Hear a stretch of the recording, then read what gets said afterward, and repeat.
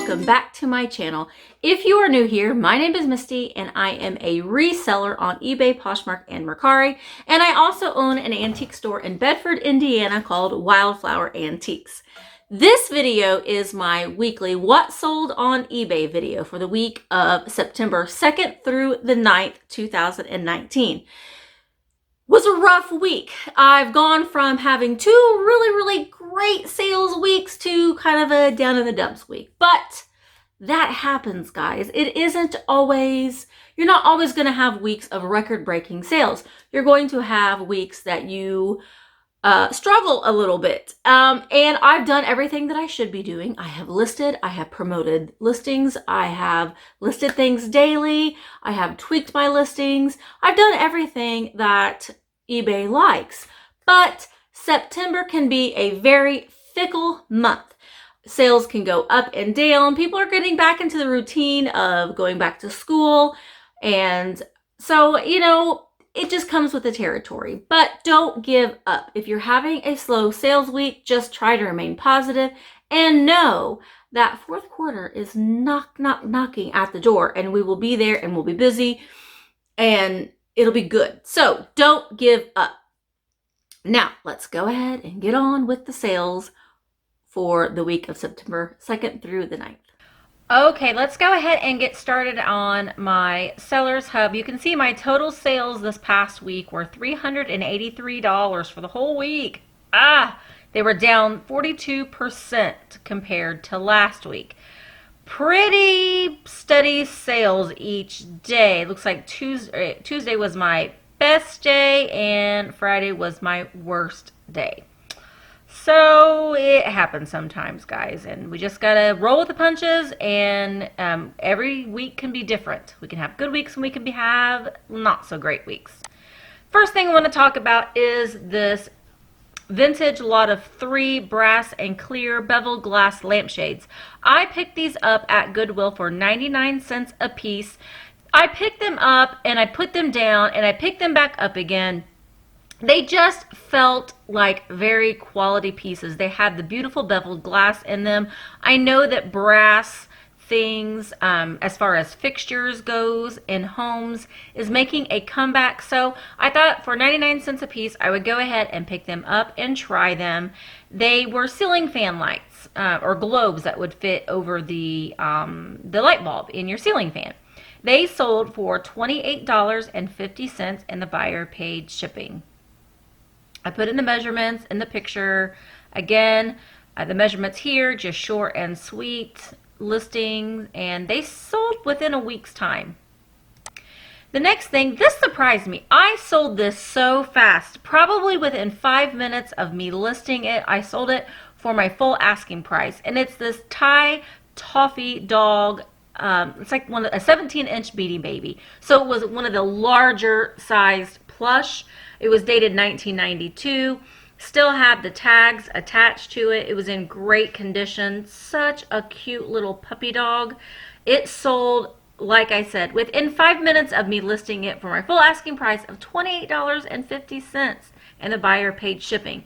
The buyer did send me a message and wanted me to make sure that I did wrap the tag carefully, and I did. I just put some cardboard around the tag, taped it, making sure that the tape would not touch the tag in any way, and I did mail this in a box and not a poly mailer. They did pay for priority shipping, and that's the way that I sent it to them.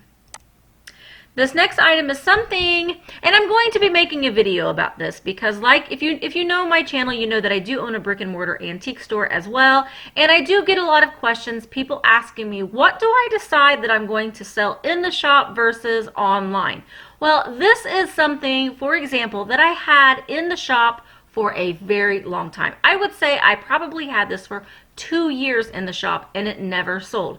It was just this very mid-century looking, it's not mid-century because it's from the 1970s, but it was a metal teapot or kettle. It had this really unique handle on it right here. It had no maker's mark on it. And I didn't spend a lot of time trying to research exactly who made this pot and what it was. So I just put in as many adjectives as I could in the title to describe it. And I think I had this in my shop for maybe $6, and it didn't sell for 2 years.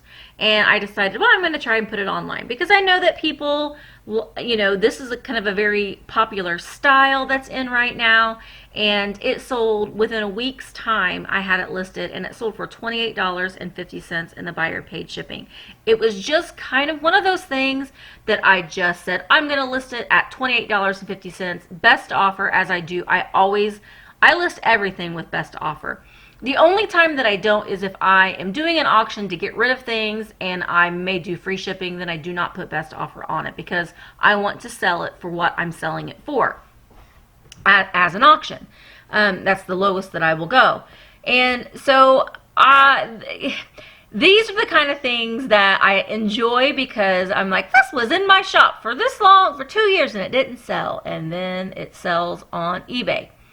So that's kind of the, you know, it depends on where you're at. Where I live, this style is not a big popular thing. But when you open it up to a world audience, then there's a lot of buyers out there for this kinds of thing. So I was very happy with this sale. And I think that I picked this up at Goodwill or a yard sale even for under $2.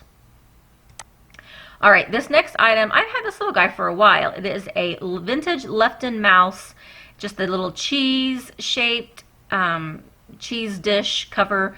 It's very mid-century modern. It was in excellent condition. It didn't have the original sticker, but it did have the 014 Lefton. And I did a Google search on that, and it did show up that this was a Lefton piece. It was in great condition. It had no damage at all. That's the thing when you're buying glassware or this kitschy stuff.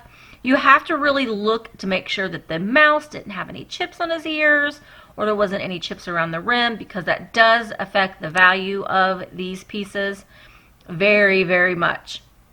I did have this listed for quite a while. I think I had it listed at 28 something, 28.75, and I took a best offer, 22.75.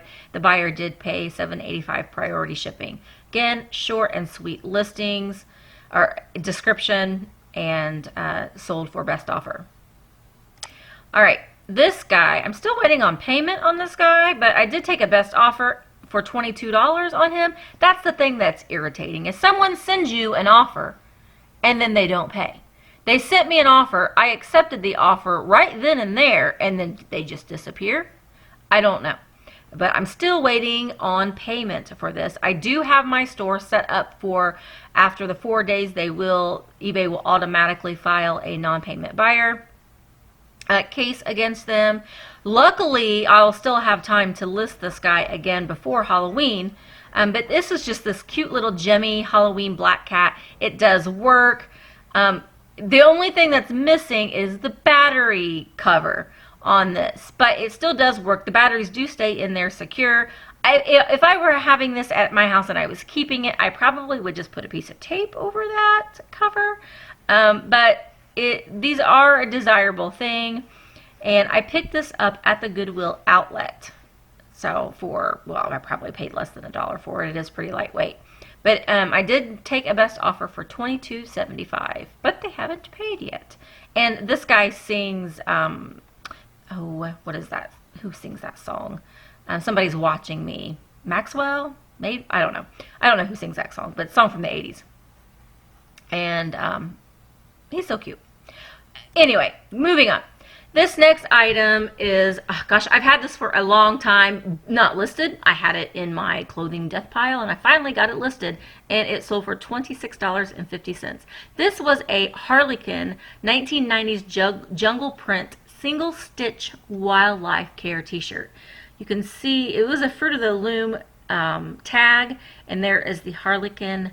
That's the artist who painted or who designed it. It was a double-sided all-over print, sold for my full asking price of $26.50, and the buyer paid first-class shipping. I love picking up these shirts. I think they're wonderful.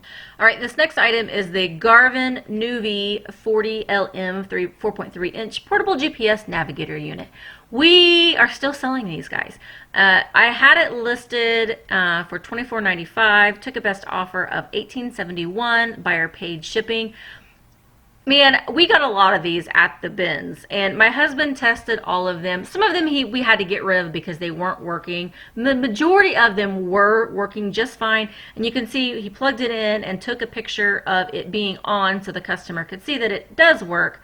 I don't know why people buy these, but they do.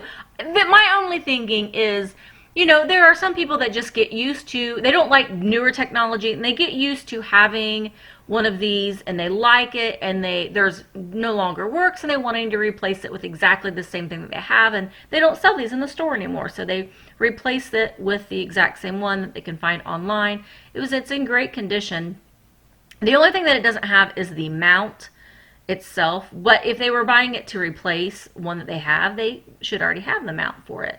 And I know that you can sell just the mounts alone as well too, because maybe someone's mount broke and they have the unit and they need the mount. So don't rule out these GPS devices. They do sell. If you can get them for cheap enough, example at the bins for probably less than $1 is what we paid, then definitely pick them up. It did have a UPC. I did find I looked up the model and I could find the UPC, so I could get more information to put down for the customer as far as the product identifiers and that sort of thing. But I did include that it was tested, it works, includes a charging cord, but not the mounting unit. And it's sold. We've had these for a little while, but that's okay. We just are letting them ride and let them sell as they will. The next item is a Life is Good coffee mug. This one is with a little tennis guy on it. These are really heavy duty mugs. They have a following. People do like them. This one, there it is. There's the other side.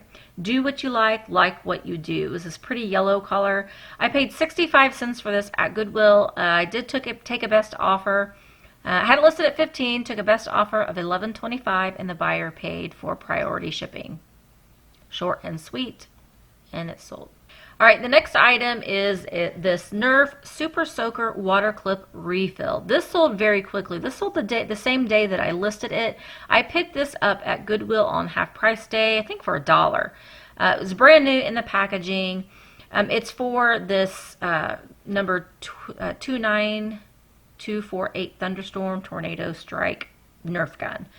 Sold for my full asking price of $12.50, and the buyer paid shipping. I actually listed this one higher than I saw other comps with best offer, and it ended up selling at my full asking price, but I did do it at a 2% promoted listing. I typically stick with a 2% promoted listing, and this one did sell via promoted listing. So that just goes to show you that when you do promote your listings, it does help your sales get noticed, because there were other ones listed that were listed for a lesser amount than mine, and mine was the one that had sold. But it's brand new, but the other ones were too. So again, when I see things like this in Goodwill, I will scan the barcode right here. As you can see, there's the barcode on the eBay app, and it will pull up what things are actively listed for. You have to make sure that you go and look at the active listings so you can see what comparables are, but you also need to look and see at the sold listings to make sure that your profit margin will be high enough. This is another little thing I found at the bins. Paid less than $1 for it. It was this little Downton Abbey castle. It's made by Kurt Adler, which is, I knew when I saw it that Kurt Adler was a collectible brand. It was still in the styrofoam in the box, and it had this little, there it is, the little coin on it. And I know with the Downton Abbey movie coming up, I wanted to get it listed. It sold within a day's time of me listing it for my full asking price of $21.50. This was a very lightweight piece, so since I marked it up a little bit, I did provide free shipping for this. Sometimes I do that. Sometimes I just play around with it, and some things will have free shipping on it, but I mark it up a little bit on the high end to cover my own fees. It did ship first class, so it shipped for under $4. Not too shabby for something that you picked up at the bins. I love finding this new stuff at the bins. It's kind of what makes it addicting. And you can see here that it had this little protective cover was still on it. That was still attached to that. All right, this next thing, I picked several of these up at Goodwill for 99 cents a piece.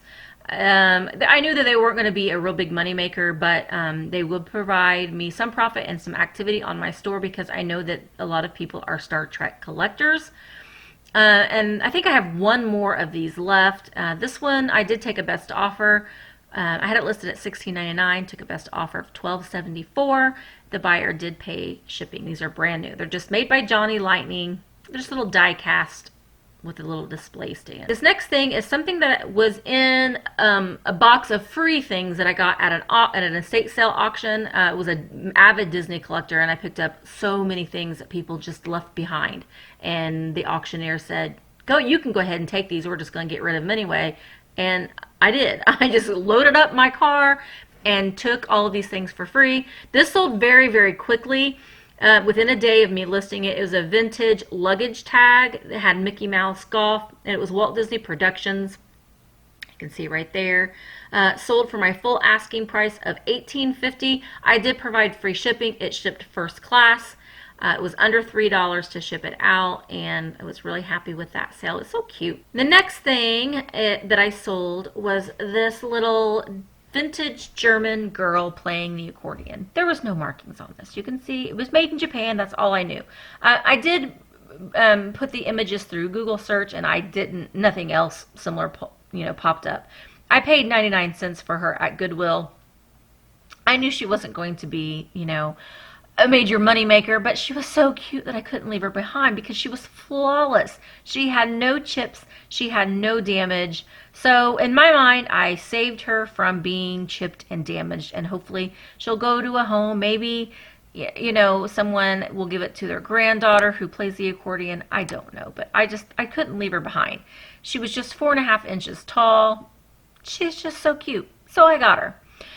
She sold for $9.25, and the buyer paid $5.50 shipping. This next item is another thing that I had in my clothing death pile for a while. I picked this up at half price day at Goodwill for $2.50. This is a Disney Parks Polynesian Resort men's polo. It was vintage from the 90s, and it still had the tag attached. So, and look at that. Originally it sold for $48. Man, Disney Parks, you buy your shirts at Disney Parks and you're paying $48.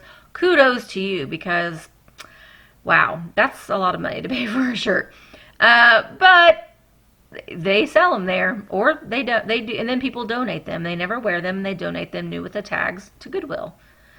But, I sold it for $32.50, so it wasn't too much less than the original asking price for it. Sold very quickly, and the buyer paid $5.50 shipping. This last thing, man, I had this since last winter. But what I did is I ended the listing.